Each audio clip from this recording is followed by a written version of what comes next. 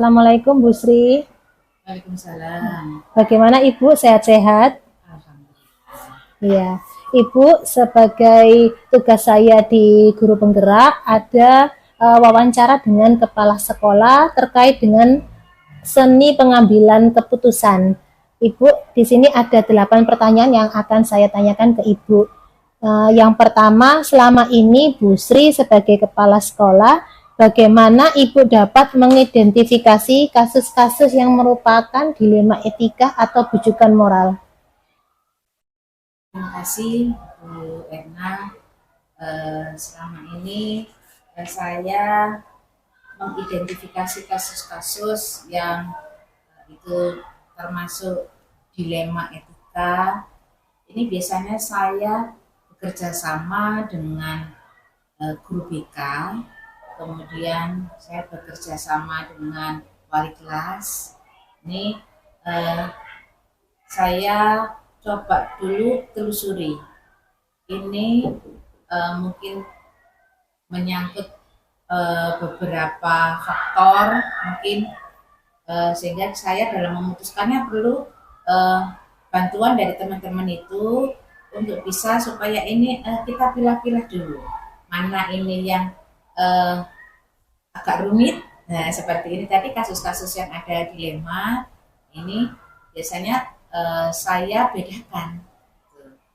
Kalau itu yang kasus biasa-biasa, saya akan dengan cepat untuk menyelesaikan. Tapi kalau yang kasus ada dilema, saya butuh bantuan teman-teman dulu untuk bisa turut merembuk lah bagaimana sekiranya untuk mengambil kebijakan.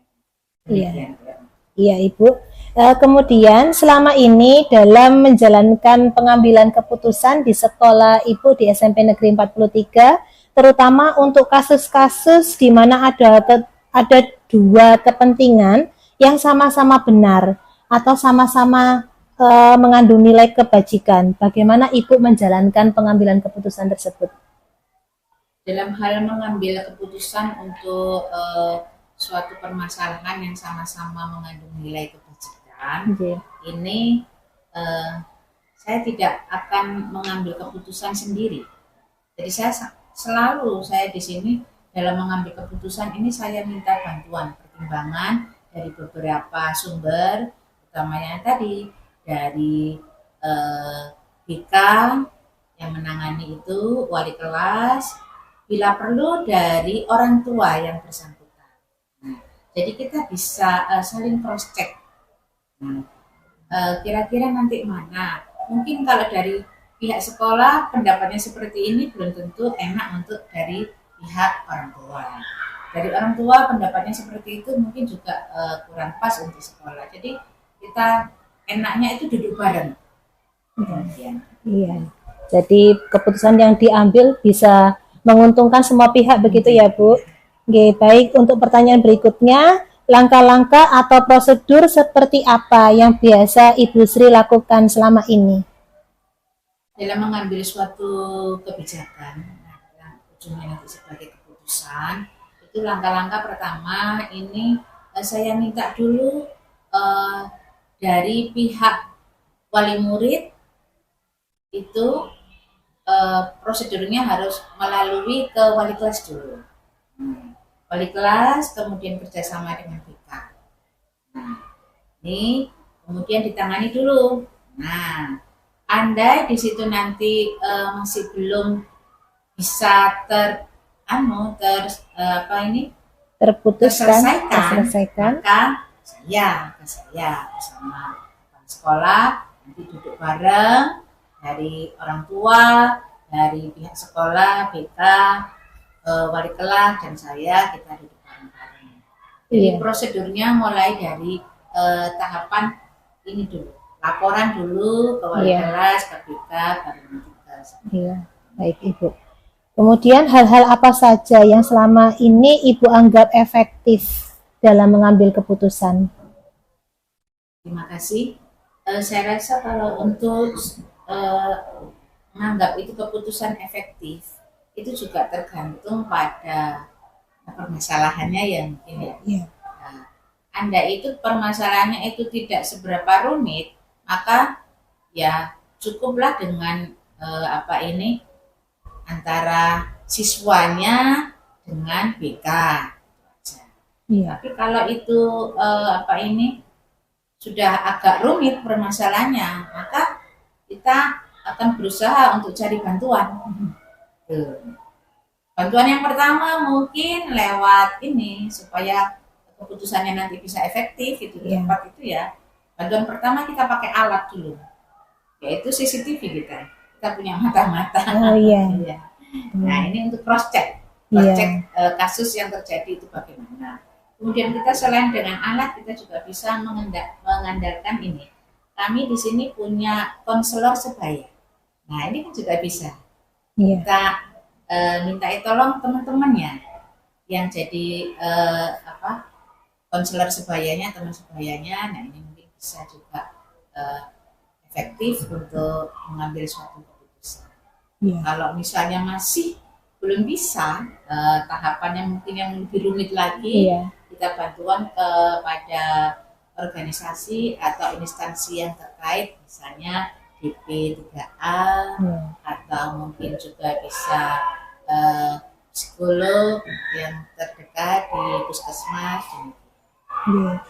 Ibu selama menjadi kepala sekolah tentu banyak tantangan-tantangan yang Ibu hadapi, terutama dalam mengambil keputusan.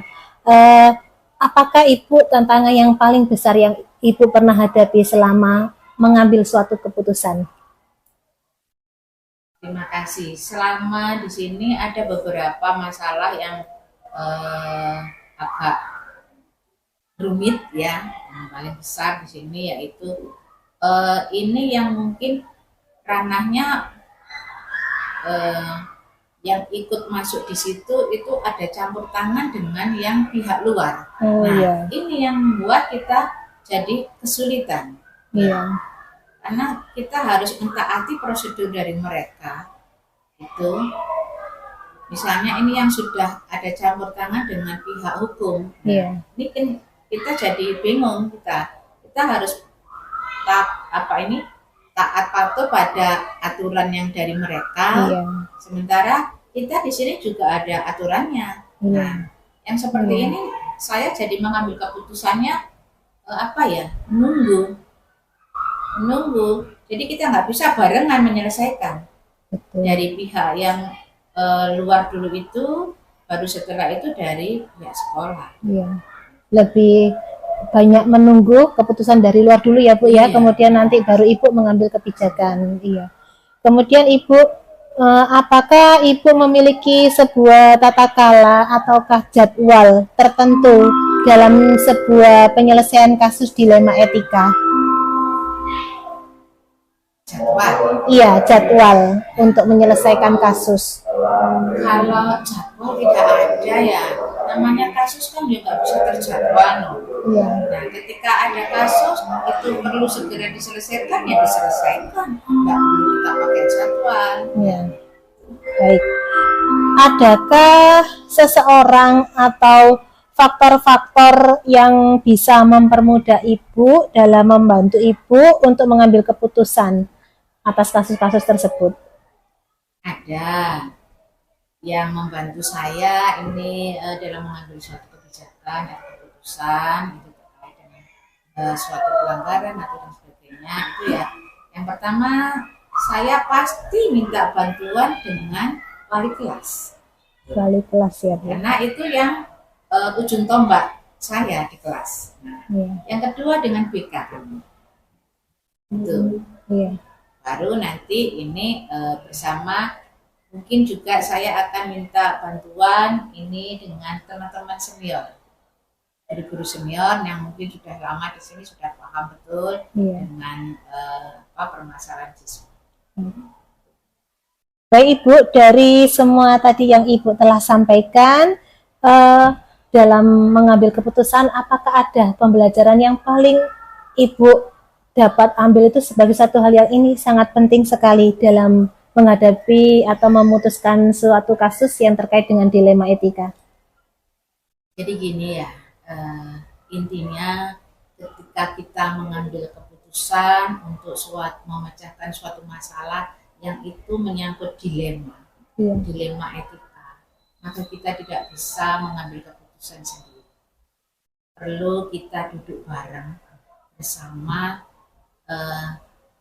kita ajak bareng-bareng agar ini nanti semua pihak ini tidak ada yang merasa dirugikan.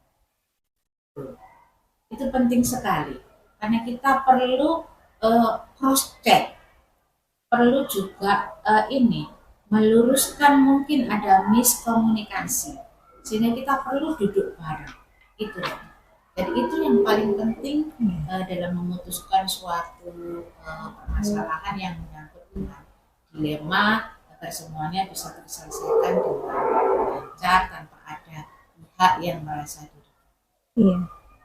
Baik Ibu, terima kasih atas informasinya dan bincang-bincangnya hari ini.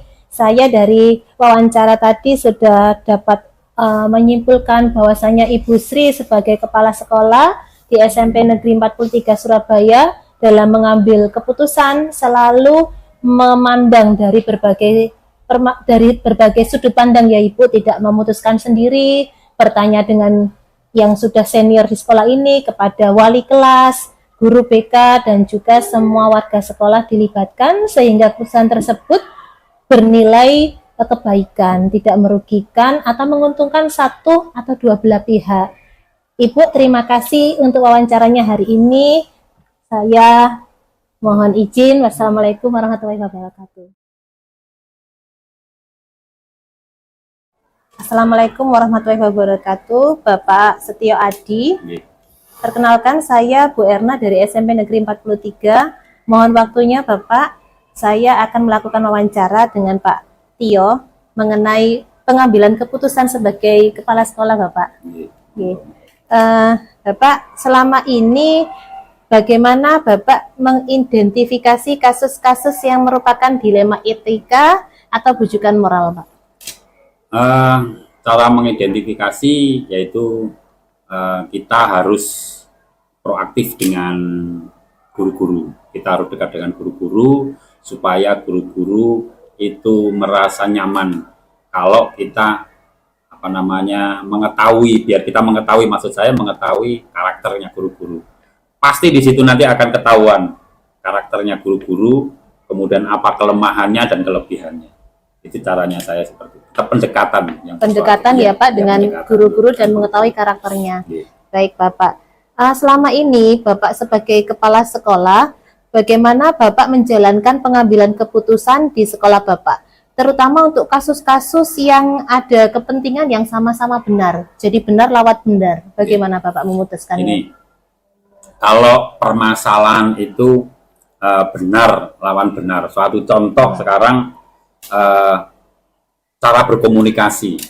Cara berkomunikasi masing-masing guru pasti berbeda. Ya. Tetapi perbedaan itu juga pasti ada masalah. Satu contoh, saya bilang seperti ini, mungkin jenengan tidak bisa menerima dengan kata-kata saya. Iya. Apalagi kita kepada semua guru, itu sangat sulit sekali. Kita pendekatannya juga harus dengan persuasif dengan guru-guru. Guru-guru didekati, Bu, kalau memang ada perselisihan, kita akan bilang, Bu, itu sebenarnya tidak benar kalimat seperti itu. Benar menurut jenengan, tapi tidak benar menurut orang lain. Iya. Maka dari itu, kita belajar sedikit demi sedikit kita samakan. Jangan sampai jenengan bilang seperti itu. Jadi, memang saya wataknya seperti tidak bisa seperti itu. Iya. Di muka umum harus kita bisa menyesuaikan. Intinya begitu. Iya. Baik, Bapak. Kemudian langkah-langkah atau prosedur seperti apa yang biasanya Bapak lakukan selama ini untuk mengambil keputusan, Pak? Saya panggil. Apabila ada permasalahan-permasalahan seperti itu, guru itu saya panggil. Saya duduk bersama, saya ngomong permasalahannya. Kemudian setelah itu selesai, baru saya secara umum, saya tidak menunjuk orang, tetapi secara umum saya sampaikan kepada semua guru. Jadi tidak ada yang merasa disakiti hati. Jadi secara umum saya bilang, Bapak Ibu, mari kita berkomunikasi dengan baik, jangan sampai menyakiti hati orang lain, meskipun toh itu adalah karakter kita.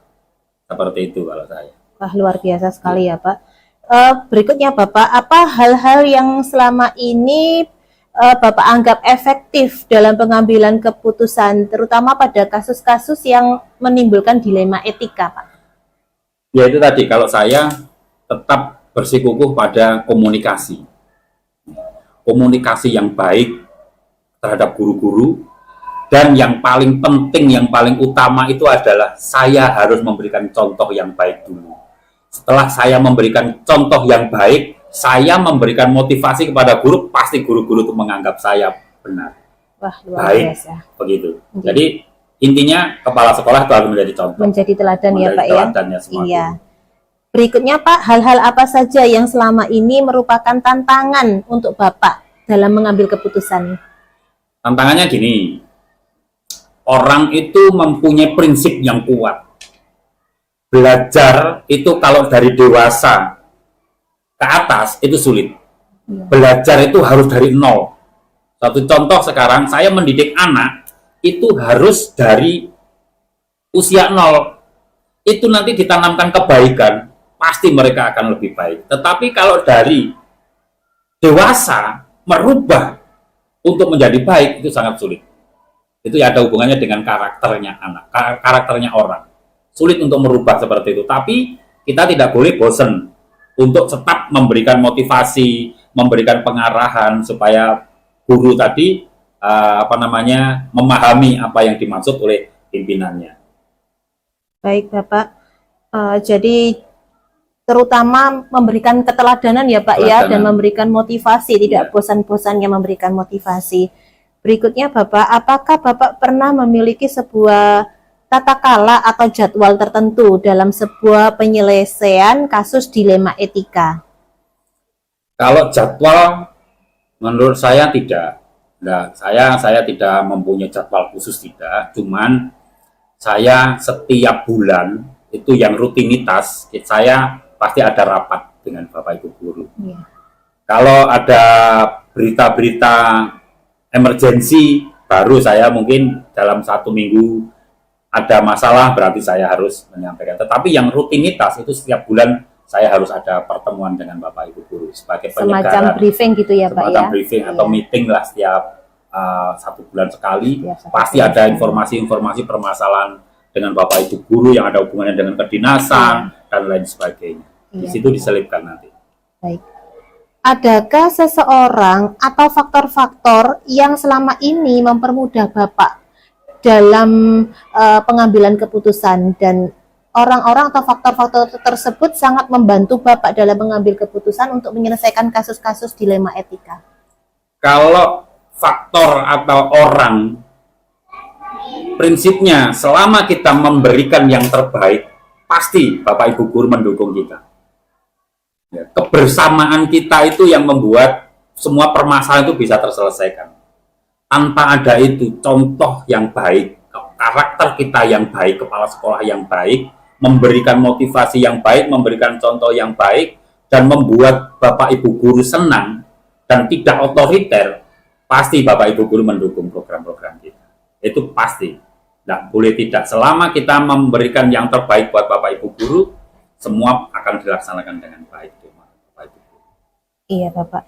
Kemudian pertanyaan yang terakhir Bapak, dari semua hal yang sudah Bapak sampaikan tadi, pembelajaran apa yang dapat Bapak petik dari pengalaman Bapak sebagai kepala sekolah dalam mengambil keputusan yang berkaitan dengan dilema etika?